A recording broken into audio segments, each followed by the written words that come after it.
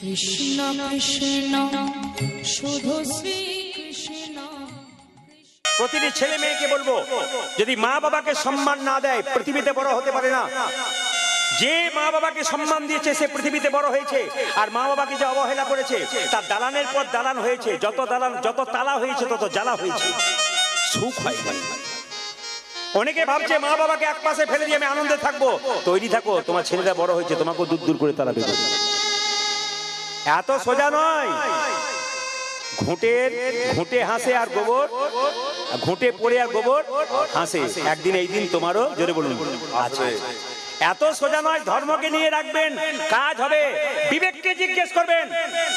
আমাকে একজন ব্যক্তি 80 বছর বয়স, মালদাতে গান করছিলাম, ইউটিউবে শুনে ফেলবে উনি। কাজী নজরুল ইসলামের সঙ্গে তার সম্পর্ক ছিল। মানে কাজী নজরুল যখন বয়স হয়েছিল তখন উনি 22 বছর বয়স ছিল, নিজে হাতে খাইয়েছেন। আমাকে ছবিতে দেখালেন। উনি আমাকে বললেন আমার একটি মাত্র ছেলে। উনি বলছেন, বললাম ছেলে কাছে থাকেন? বলছে না, ছেলে আমাকে দেখে না। একদিন আমার এত পায়খানা বমি, এত অসুস্থ, আমি আমার ছেলেকে বললাম একটু হসপিটালে নিয়ে চল। বলছে আমি যাবো না।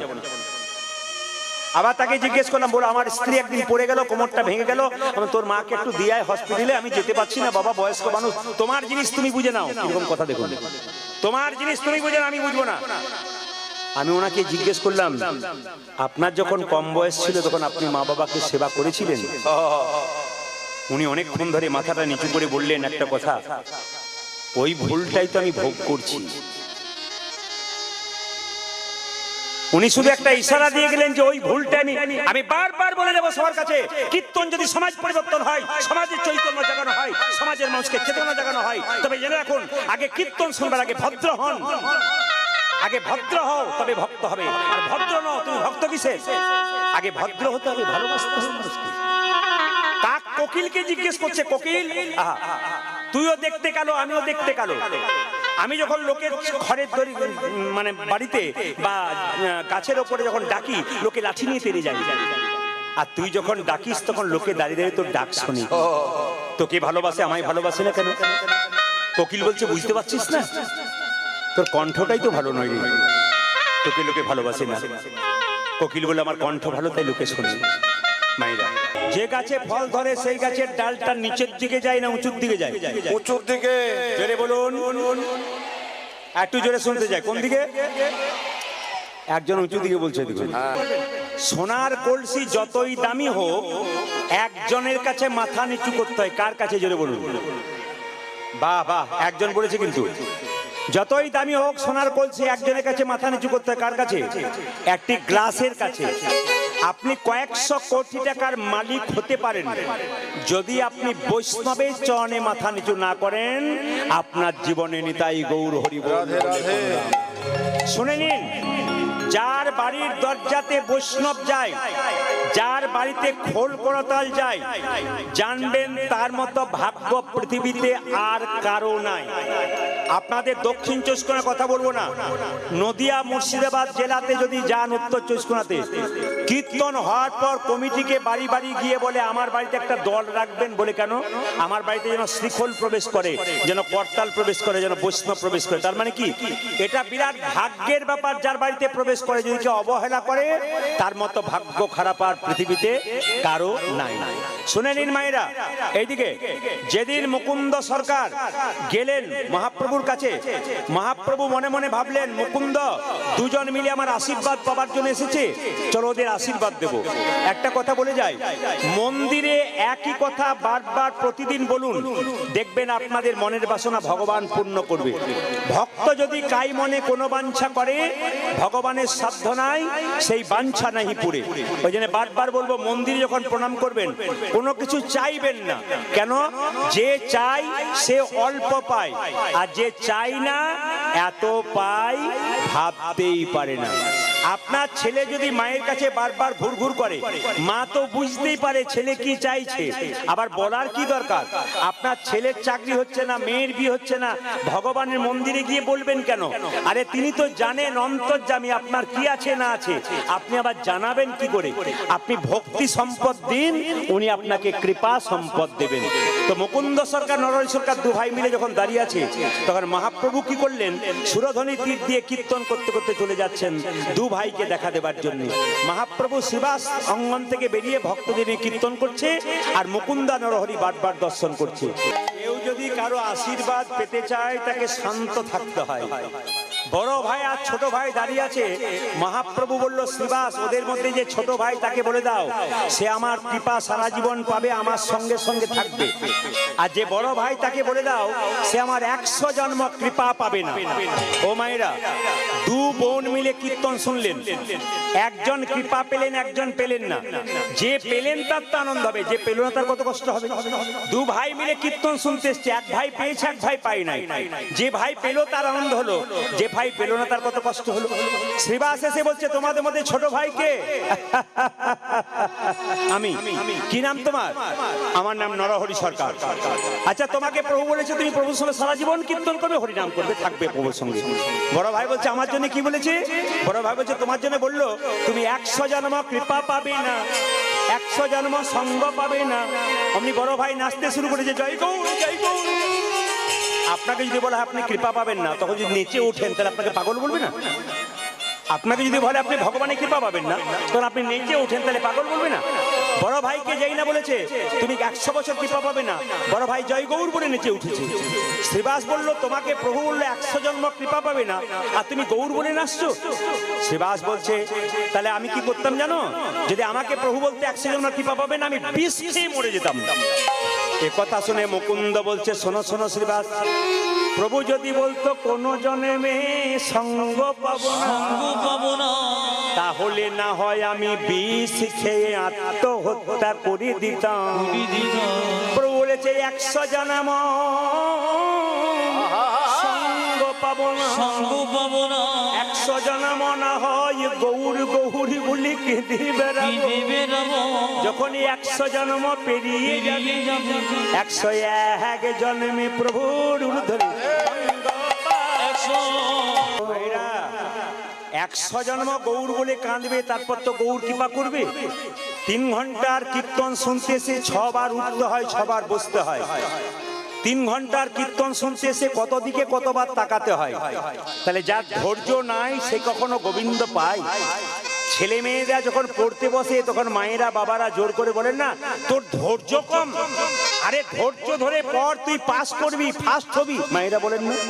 তাহলে এখন লক্ষ্য করুন, আপনার যদি নিজের ধৈর্য না থাকে তাহলে ছেলে মেয়ের ধৈর্য থাকবে কি করে? যদি মহাভারতের দিকে যান, 100 ভাইয়ের দাদা দুর্যোধন, উনি খুব চঞ্চল ছিলেন, উনি ভগবান পেলেন না। আর যিনি পঞ্চপাণ্ডবের দাদা যুধিষ্ঠির, উনি স্থির ব্যক্তি ছিলেন, উনি ভগবান পেলেন। আজকে কীর্তনে আসলে যারা চুপচাপ বসে আছে, কারোর দিকে তাকাচ্ছে না, কান এইদিকে রেখেছে, মন এইদিকে রেখেছে, তারা জেনে নেবেন যে গোবিন্দের কৃপা কিন্তু আপনাদের আগে হবে। এই জন্য বারবার বলবো, কীর্তনের আসরে বসে ধৈর্য ধরে কীর্তন শুনতে হয়, এটা মহাপ্রভু বললেন। আর যিনি ধৈর্য ধরে কীর্তন শুনবেন তার আশীর্বাদ হবে। দেখবেন সংসারে যে মায়েরা খুব চঞ্চল, যে মায়েরা তরকারিতে 2 বার নুন দেয়, ঘরের লোকের কাছে গাল খায়, কিংবা সবজি কাটতে গিয়ে আঙুল কেটে দেয়, এটা হয় না? তো শুনে নিন মায়েরা, মুকুন্দ যখন কাঁদছে, ভগবান সব সহ্য করতে পারে, সবাই জানেন ভগবান ভক্তের চোখের জল সহ্য করতে পারে না। মুকুন্দ যখন কাঁদছে তখন মহাপ্রভু বলছে, মুকুন্দ তুমি কাঁদছো? প্রভু, আমার ভাইকে তুমি কৃপা করলে আর তুমি আমাকে কৃপা করলে না, ওই জন্য আমি কাঁদছি। মহাপ্রভু একটা দারুণ শিক্ষা দিলেন, সবাই শুনবেন। এ সংসারে যারা বড় ভাই হয় আর যারা বড় বউ হয়, এটা মহাপ্রভু বাণী। এ সংসারে যারা বড় ভাই হয় আর বড় বউ হয়, তাদের দায়িত্ব সবচাইতে বেশি হয়। মহাপ্রভু বললেন, বনের মধ্যে বড় বড় গাছ যেমন ছোট ছোট গাছগুলোকে ঝড়ঝঞ্ঝা থেকে রক্ষা করে, এ সংসারে যারা বড় ভাই এবং বড় বউ হয়, সমস্ত দুঃখ যন্ত্রণা থেকে ছোট ভাইদেরকে রক্ষা করে। আর একটা কথা বলে দিই, বাবা মা মারা যাবার পর বড় ভাই এবং বড় বউ এরা পরবর্তী ভাইদের মা এবং বাবা হয়। তার মানে যারা ছোট আছে তারা বড়দেরকে বাবা বলে মানবে, আর যারা বাবা দাদা আছেন তারা ছোটদেরকে ছেলের মতো ভালোবাসবে, তবে কিন্তু সংসার রামের মতো সংসার হবে। এই জন্য বারবার বললাম, কীর্তন শোনা মানে কি? কিছু শিক্ষা নিয়ে যাওয়া। মুকুন্দ যখন কাঁদছে, মুকুন্দকে মাথায় হাত দিয়ে মহাপ্রভু আশীর্বাদ দিলেন, মুকুন্দ তুমি কেঁদো না, তুমি তো কবিরাজি চিকিৎসা করো, তোমার তো খুব একটা নাম ডাক নাই, তবে তোমার মাথায় হাত দিয়ে আশীর্বাদ করলাম, তুমি কাল থেকে বাড়ি গিয়ে যাকেই চিকিৎসা করবে তারই রোগ কিন্তু ভালো হয়ে যাবে।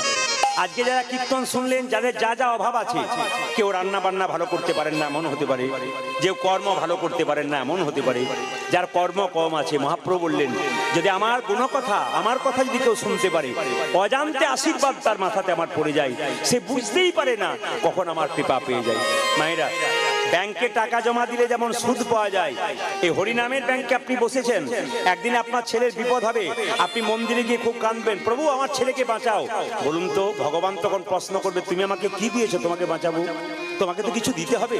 তা ভগবান যদি ভক্তি দেন, ভক্তি ভরে কীর্তন শোনেন, ভগবান বলে হ্যাঁ হ্যাঁ তুমি একদিন আমার কীর্তন শুনেছিলে খুব ভক্তি ভরে, তোমাকে ডাকার দরকার নেই, আমি নিজে গিয়ে তোমার বিপদ থেকে তোমাকে রক্ষা করে দেবো। ওই যে যথামাং প্রবদ্ধন্তে তাং ততৈব ভজাম্যহম মম বত্মানুবত্তন্তে মনুষ্য পার্থ সর্বস্ব। ভগবান বললেন যে আমাকে যেমন ভালোবাসে আমি তাকে তেমন ভালোবাসি। যদি এইটাই মনে হয় তাহলে এখানে মাথায় রাখবেন ভগবানের কথাটা, যে যেমন ভালোবাসে, মানে এখানে বসে আজকে ভগবানকে যেমন যে ভালোবাসবেন, ভগবান আপনাকে সেরকম ভালোবাসবে। মুকুন্দ যখন কাঁদছে তখন মুকুন্দের মাথায় হাত দিয়ে বললো, মুকুন্দ বাড়ি ফিরে যাও, তোমার মাথায় হাত দিয়ে দিলাম, তুমি কালকে বাড়িতে গিয়ে যাকেই চিকিৎসা করবে তার রোগ ভালো হয়ে যাবে। শুধু তাই নয়, তুমি শ্রীখণ্ডে ফিরে যাও, একটা গোপীনাথের মন্দির তৈরি করো, আর জীবের দ্বারে হরিনাম দাও। পৃথিবীতে যত দুঃখ যন্ত্রণা থাকবে মা, কাউকে বলার দরকার নেই। সংসারে পাড়াতে যাকে বলবেন ও আপনার যন্ত্রণা কষ্ট আর বাড়িয়ে দেবে, কিন্তু কষ্ট যন্ত্রণা আপনি কাকে বলবেন? ওই কষ্ট যন্ত্রণা আপনি বলবেন ভগবানের চরণে কিংবা গুরু চরণে। গুরু যে বাবার মতো আপনার সমস্যার সমাধান করবে, ভগবান বাবার মতো, তার কাছে গেলে বলুন, বাইরে কারো কাছে বলবেন না, ও তো আপনার আরো সংসারের জ্বালা বাড়িয়ে দেবে। আমি পরশু তারিখে ফোন করে আমাকে বলল, বাবা কে? আমি সেই মেয়ে। আমি একটু থমকে গেলাম, আর কিছু বলতে পারলাম না। এবার বোধহয় দুঃখের খবরটা দেবে, আমি আর কি উত্তর দেব? আমাকে বলছে, বাবা কি? আমাকে ডাক্তারবাবু বলেছেন তুমি 90% ভালো হয়ে গেছো। আমি গোপাল ছাড়ি নাই, আমি জীবন অভিজ্ঞতা বুঝলাম। আপনি কীর্তনে বলবেন আমার কথাটা, যে রূপের অহংকার করো না, ধনের অহংকার করো না, নিজেকে আয়নায় বারবার দেখছো, লোককে ঠাট্টা করছো, আমি ওর চাইতে দেখতে ভালো, অহংকার করো না। কার শরীরে কি কঠিন রোগ বাসা বেঁধে আছে, যখনই ফুটে উঠবে তখনই বুঝবেন এই যন্ত্রণা কি যন্ত্রণা। এসেছেন পৃথিবীতে 2-4 দিনের জন্য, ওষুধের প্যাকেটের উপরে ডেট লেখা থাকে, এক্সপায়ারি ডেট, কিন্তু মানুষের জীবনে কোনো ডেট লেখা নাই। কে কখন চলে যাবে কেউ জানে না। আমি আপনাদের আর একটা কথা বলে যাই, মেয়েদের চুলের মুঠি ধরে কেউ মারবে না। রাবণ সীতার চুলের মুঠি ধরেছিল, রাবণ ধ্বংস হয়ে গেছিল। দুঃশাসন দ্রৌপদীর চুলের মুঠি ধরেছিল, শেষ হয়ে গেছিল। কংস কার চুলের মুঠি ধরেছিল জোরে বলুন? মায়েরা কার চুলের মুঠি ধরেছিল? হ্যাঁ মায়েরা কার ধরে বলুন? দেবকীর চুলের মুঠি ধরেছিল, শেষ হয়ে গেছিল। তাই মেয়েদের চুলের মুঠিতে কেউ হাত দেবেন না। সবাই মিলে শুনবেন ভালো করে।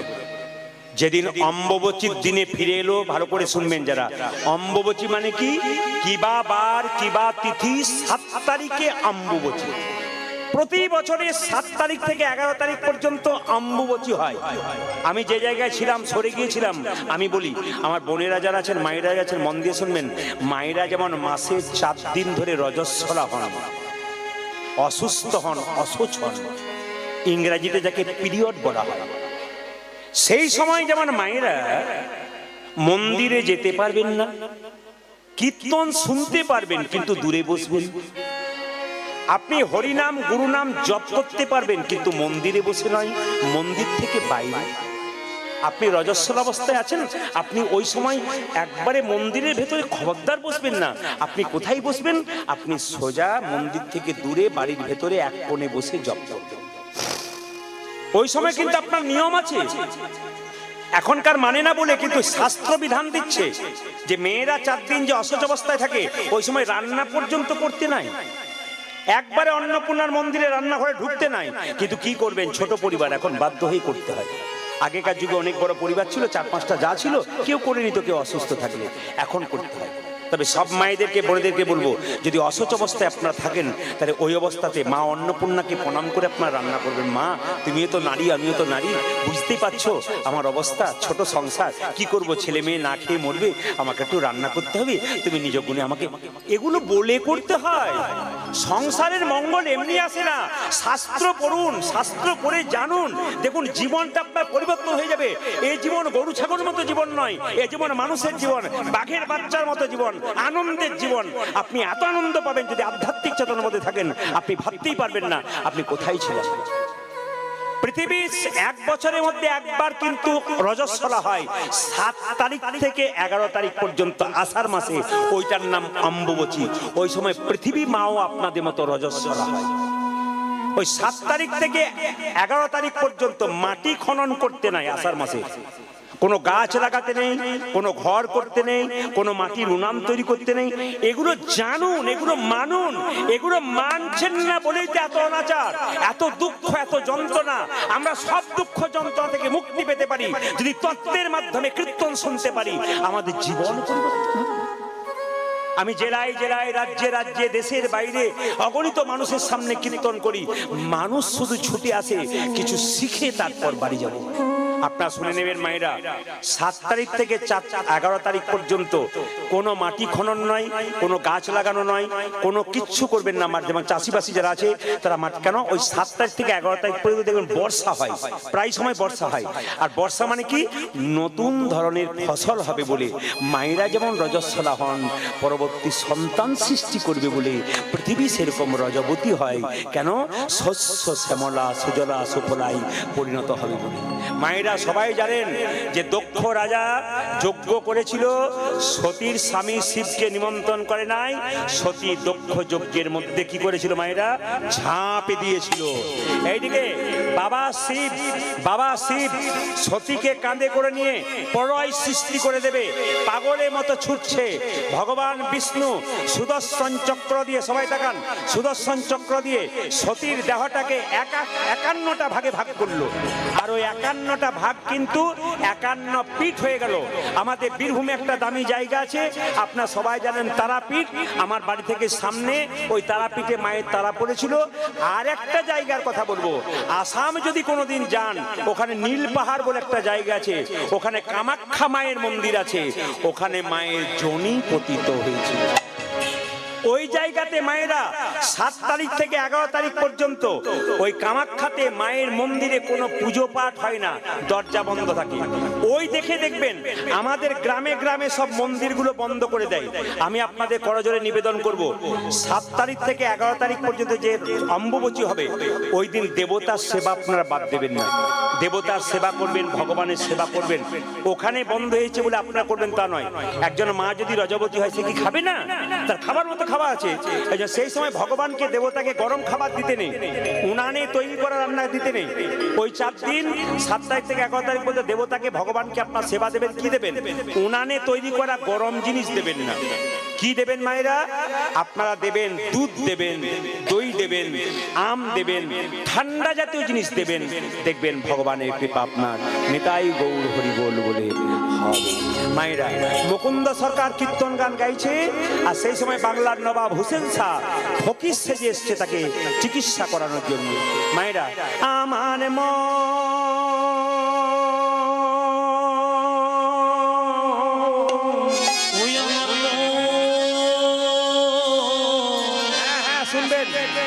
আপনাদের যেমন দক্ষিণ চব্বিশ পরগনা জেলা, আমি মালদাতে প্রচুর গান গাই। আমি আগেই বললাম মালদা প্রচুর যাই।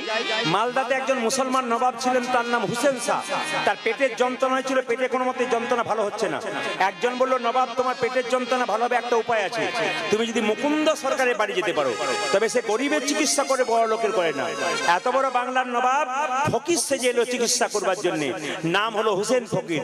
যেন চিনতে না পারে মুকুন্দ, ফকির সেজে নবাব এসেছে, দরজায় দাঁড়িয়ে আছে, আর মুকুন্দ গাইছে সকালবেলায় ঘুম থেকে উঠে, আমার মন মন্দিরে তুমি মদন মন দাঁড়াবে গো আসি ডাকি।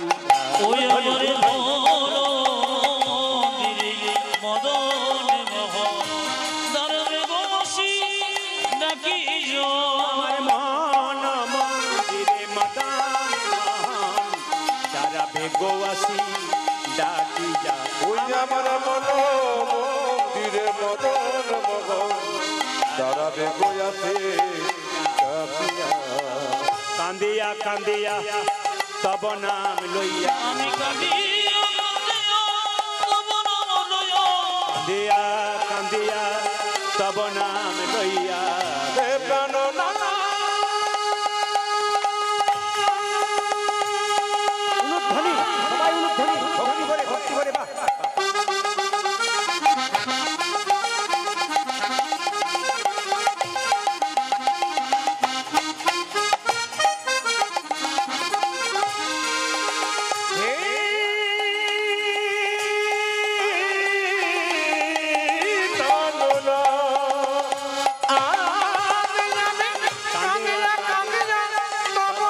প্রাণ জলে বুক ভাসাইয়া, আমি কাঁদিয়া কাঁদিয়া তব নাম লইয়া, নয়নে জলে বুক ভাসাইয়া। আমার মন মন্দিরে মদান মোহন দাঁড়াবে গো আসি ডাকিয়া। আমার মন্দিরে মদন মোহন দাঁড়াবে গো আসি ডাকিয়া। নবাবকে এমন ওষুধ দিল যে নবাবের সমস্ত রোগ ভালো হয়ে গেল। নবাব বলল, মুকুন্দ তোমাকে একবার এখানে রাখবো না, আমি মালদাতে নিয়ে যাব। মুকুন্দ সগন মহাপ্রভু মন্দিরে কেঁদে বলল, প্রভু আমি মুসলমানের বাড়ি যাব কেমন করে? ভগবান আকাশবাণী করে বললেন, মুকুন্দ তুমি বাড়ি ফিরে যাও, মুসলমানের বাড়ি যাও। ঈশ্বর যা করে তা, জোরে বলুন, ঈশ্বর যা করে তা। না না, আমি জোরে শুনতে চাই, ঈশ্বর যা করে তা। আচ্ছা, একটা কথা জিজ্ঞেস করি আপনাদেরকে, মুকুন্দ সরকার তো গিয়েছিল গোপীনাথের তিনি তো গিয়েছিলেন নবদ্বীপে। আচ্ছা, আপনার বৃন্দাবনে কারা কারা গেছেন? হাত তুলুন। বৃন্দাবন নবদ্বীপ কারা কারা গেছেন? হাত তুলুন। আচ্ছা আচ্ছা, বেশ, হাত নামান। আচ্ছা, নিয়ম হচ্ছে যদি বৃন্দাবন বা নবদ্বীপে কেউ যান তবে একটা ফল ত্যাগ করতে হয়। একটা ফল, ভালো করে শুনবেন, এবার থেকে যা তীর্থস্থানে যাবেন একটা করে ফল ত্যাগ করবেন। দেখুন, আমি প্রদীপ পাল, আমি 3টে ফল খেতে ভালোবাসি। কি কি? কলা, পেয়ারা, আপেল। এটা আমার প্রিয় খাবার। কিন্তু এই 3টে ফল আমার খুব প্রিয়। তাহলে আমি যদি কোনোদিন তীর্থস্থানে যাই তাহলে আমার প্রিয় ফল একটা কিন্তু ত্যাগ করে আসবে, এটা নিয়ম। আপনারা যারা কীর্তন শুনতে এসছেন, যে যে যে ফল খেতে খুব ভালোবাসেন, যদি তীর্থে যান সেই ফলটা কিন্তু গোবিন্দের কাছে চিরকাল দিয়ে আসতে হয়। প্রভু, এটা ত্যাগ করে গেলাম তোমার চরণে, আর আমি কোনোদিন এই ফল গ্রহণ করব না। আমাদের গ্রাম থেকে একটা ছেলে গিয়েছিল তীর্থ করতে বৃন্দাবনে, এসে বলছে, দাদা গিয়েছিলাম। বললাম, ভালো করেছিস, ফল ত্যাগ করলি? বলছে, করে দিলাম। বলে, কি? কামরাঙ্গা। বাহ বাহ বাহ বাহ। বললাম, কামরাঙ্গা? কমিষ্টি কি বলছিস রে? কমিষ্টি। বলছে, হ্যাঁ দাদা, টক টক ফল খেতে পারি না, দিয়ে চলে এলাম। আচ্ছা করেছিস, বললাম একা, তুই করে দিয়েছিস। আপনাদের কাছে নিবেদন রইল, মায়েরা ভালো কাজ করবেন, ভালো ভালো বুঝতে হবে। ও বুঝেনি, ও শুনেছে ফল ত্যাগ করতে, ফল ত্যাগ করেছে। সবাই লক্ষ্য করুন মায়েরা, বলে ঈশ্বর যা করে তা মঙ্গলের জন্য করে। মুকুন্দ সরকার গেল নবাবের বাড়ি, নবাবকে বলল, তুমি একটা মন্দির তৈরি করো, তবে থাকবো। করে দিলাম। এখানে যেন ভগবানের ভজন করতে পারি। হ্যাঁ, করবে। একদিন মুকুন্দ সরকার গোপীনাথে ভজন করছে, আর তার পেছনে নবাব দাঁড়িয়ে আছে, একটা মেয়ে তাকে তাল পাতার পাখা করছে, তার মধ্যে কতগুলো ময়ূরের পালক ছিল। মুকুন্দ গাইছে, মায়ের অনুধ্বনি দিচ্ছে, আমার কানু সে বিনোদ রায়, কানু বিনোদ রায়, ওই আমার কানো সে বিনোদ রায় গো, কানো সে বিনোদ রায়। আমার কানু সে বিনোদ রায় গো, আমার কানু সে বিনোদ রায়। ওই আমার কানতে বিনোদ রায়, ওই আমার কানতে বিনোদ রায়।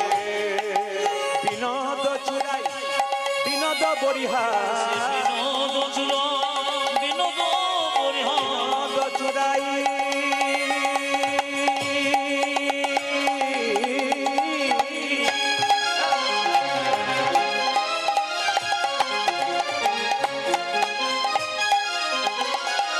বিনোদ চুরাই, বিনোদ বরিহার, বিনোদ চড়াই বিনোদ বলিরা, বরিহা বরিহা বিনোদ উড়িছে তাই গো, আমার কানো জ্বলেছে সবাই, আমার কানো সে বিনোদ রায় গো, কানো সে বিনোদ রায়। ওই আমার কানতে বিনোদ রায়, ওই আমার কানতে বিনোদ রায়। ও তার বিনোদ বিনোদ ললাটে বিনোদ তিলক বিনোদ বিনোদ সাজে গো বিনোদ ললাটে বিনোদ তিলক বিনোদ বিনোদ সাজে গো বিনোদ ললাটে বিনোদ তিলক বিনোদ বিনোদ সাজে গো বিনোদ ললাটে বিনোদ তিলক বিনোদ বিনোদ সাজে গো বিনোদয় ধরে